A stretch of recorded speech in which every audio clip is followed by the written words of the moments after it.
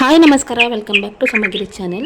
ಇವತ್ತಿನ ವಿಡಿಯೋದಲ್ಲಿ ತುಂಬಾ ರುಚಿಯಾದಂತಹ ಹಲಸಿನ ಹಣ್ಣಿನ ದೋಸೆ ಮಾಡೋದನ್ನು ನೋಡೋಣ. ತುಂಬಾ ರುಚಿಯಾಗಿರುತ್ತೆ. ಬೆಳಿಗ್ಗೆ ತಿಂಡಿಗೂ ಮಾಡ್ಕೋಬಹುದು, ಸಂಜೆಗೂ ಕೂಡ ತಿನ್ಬಹುದು. ಬನ್ನಿ ಹೇಗೆ ಮಾಡೋದಂತ ನೋಡೋಣ. ಮೊದಲಿಗೆ ನಾನಿಲ್ಲಿ 2 ಕಪ್ಪಷ್ಟು ದೋಸೆ ಅಕ್ಕಿನ ತಗೊಂಡಿದ್ದೀನಿ. ಇದನ್ನು 6-7 ಗಂಟೆಗಳ ಕಾಲ ನೆನೆಸಿಟ್ಟಿದ್ದೀನಿ. 3/4 ಕಪ್ಪಷ್ಟು ತೆಂಗಿನ ತುರಿ, 4 ಹಲಸಿನ ಸೊಳೆ, ಬೆಲ್ಲ ನಿಮಗೆ ಸಿಹಿ ಎಷ್ಟು ಬೇಕು ಅಷ್ಟನ್ನು ಹಾಕ್ಕೊಳ್ಳಿ. ಈ ಸೀಸನಲ್ಲಿ ಫಸ್ಟ್ ಸಿಕ್ಕಿದ್ದು ಹಲಸಿನ ಹಣ್ಣು, ಅದಕ್ಕೆ ಅದನ್ನು ಬಿಡಿಸುವಾಗ ತಿಂದಿದ್ದೇ ಹೆಚ್ಚು, ಅದಕ್ಕೆ 4 ಇತ್ತು. ಅಕ್ಕಿಯನ್ನೀಗ ಚೆನ್ನಾಗಿ ತೊಳೆದಿದ್ದೀನಿ. ಇದನ್ನೀಗ ಮಿಕ್ಸಿಗೆ ಹಾಕುವ. ಅಕ್ಕಿ, ಹಲಸಿನ ಹಣ್ಣು, ಕಾಯಿ ತುರಿ, ಬೆಲ್ಲ ಹಾಗೂ ರುಚಿಗೆ ತಕ್ಕಷ್ಟು ಉಪ್ಪನ್ನು ಸೇರಿಸಿ ಸ್ವಲ್ಪ ನೀರನ್ನು ಸೇರಿಸಿ ದೋಸೆ ಹಿಟ್ಟಿನ ಹದಕ್ಕೆ ರುಬ್ಕೋತೀನಿ. ಈಗ ಎಲ್ಲವನ್ನು ಹಾಕಿ ರುಬ್ಬಿಯಾಗಿದೆ. ಒಂದು ಪಾತ್ರೆಗೆ ಹಾಕ್ಕೊಳ್ತೇನೆ. ದೋಸೆ ಹಿಟ್ಟಿನ ಹದಕ್ಕೆ ಇರಬೇಕು, ತುಂಬ ತೆಳು ಮಾಡ್ಕೊಳ್ಬಾರ್ದು. ಕರೆಕ್ಟ್ ಇದೆ ಈ ಹದ. ದೋಸೆ ಹಿಟ್ಟು ಒಳ್ಳೆ ಘಮ ಪರಿಮಳ ಬರ್ತದೆ ದೋಸೆ ಹಿಟ್ಟಿಗೆ ಹಲಸಿನ ಹಣ್ಣಿದು. ಈಗ ಗ್ಯಾಸ್ ಆನ್ ಮಾಡಿ ಕಬ್ಬಿಣದ ಹೆಂಚನ್ನು ಇಟ್ಟು ಅದಕ್ಕೆ ಸ್ವಲ್ಪ ಎಣ್ಣೆಯನ್ನು ಹಚ್ಚಿ ದೋಸೆಯನ್ನು ಹುಯ್ಕೊಳ್ಳುವ. ತುಪ್ಪ ಸಹ ಹಾಕ್ಕೊಳ್ಬೋದು.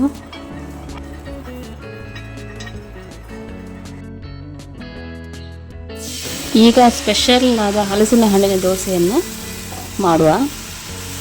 ಸ್ವಲ್ಪ ದಪ್ಪ ದೋಸೆ ಬೇಕಾದರೂ ಮಾಡ್ಕೊಳ್ಬೋದು. ನಾನಿಲ್ಲಿ ಸ್ವಲ್ಪ ತೆಳುವಾಗಿ ಮಾಡ್ತಾ ಇದ್ದೀನಿ.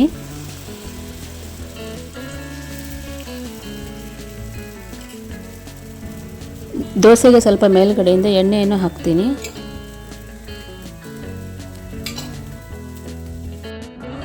ಈಗ ಇದು ಒಂದು ಸೈಡ್ ಬೆಂದಿದೆ, ತಿರುಗಿಸಿ ಹಾಕ್ಕೊಳ್ತೀನಿ. ಎಷ್ಟು ನೀಟಾಗಿ ಎದ್ದೇಳ್ತಿದೆ ನೋಡಿ ದೋಸೆ. ವಾವ್, ಎಷ್ಟು ಚೆನ್ನಾಗಿ ಕಲರ್ ಬಂದಿದೆ. ಸಣ್ಣ ಉರಿಯಲ್ಲಿಟ್ಟು ಒಂದು 30 ಸೆಕೆಂಡ್ ಬೇಯಿಸ್ಕೊಳ್ಬೇಕು. ಟರ್ನ್ ಮಾಡಿ ಆದ ನಂತರ ಈಗ ಇನ್ನೊಂದು ಸೈಡ್ ಎಣ್ಣೆಯನ್ನು ಹಾಕೋತೀನಿ. ಇದೀಗ ಆಗಿದೆ, ಸೂಪರ್ ಆಗಿ ಬಂದಿದೆ ಹಲಸಿನ ಹಣ್ಣಿನ ದೋಸೆ. ನೋಡಿ ಎಷ್ಟು ಚೆನ್ನಾಗಿ ಬಂದಿದೆ ಹಲಸಿನ ಹಣ್ಣಿನ ದೋಸೆ. ಹಾಗೆ ತಿನ್ಬೋದು, ಇಲ್ಲಾಂದರೆ ತುಪ್ಪ ಸಹ ಹಾಕ್ಕೊಂಡು ತಿಂದರೆ ಇನ್ನೂ ರುಚಿಯಾಗಿರುತ್ತೆ.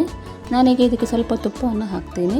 ತುಂಬಾ ರುಚಿಯಾಗಿರುತ್ತೆ. ಬೆಳಿಗ್ಗೆ ತಿಂಡಿಗೂ ಮಾಡ್ಕೋಬಹುದು, ಸಂಜೆಗೂ ಕೂಡ ತಿನ್ಬಹುದು. ನೀವು ಮನೆಯಲ್ಲಿ ಒಂದ್ಸಲ ಟ್ರೈ ಮಾಡಿ ಹಾಗೂ ಟೇಸ್ಟ್ ಹೇಗೆ ಬಂದಿದೆ ಅಂತ ಹೇಳ್ಕೊಂಡು ಕಮೆಂಟ್ ಮಾಡಿ. ಈ ವಿಡಿಯೋ ಇಷ್ಟವಾದರೆ ಪ್ಲೀಸ್ ಲೈಕ್, ಶೇರ್, ಕಮೆಂಟ್ ಮಾಡಿ ಹಾಗೂ ಸಬ್ಸ್ಕ್ರೈಬ್ ಮಾಡೋದನ್ನು ಮರಿಬೇಡಿ. ಮುಂದಿನ ವಿಡಿಯೋದೊಂದಿಗೆ ಸಿಗ್ತೀನಿ. ನಮಸ್ಕಾರ.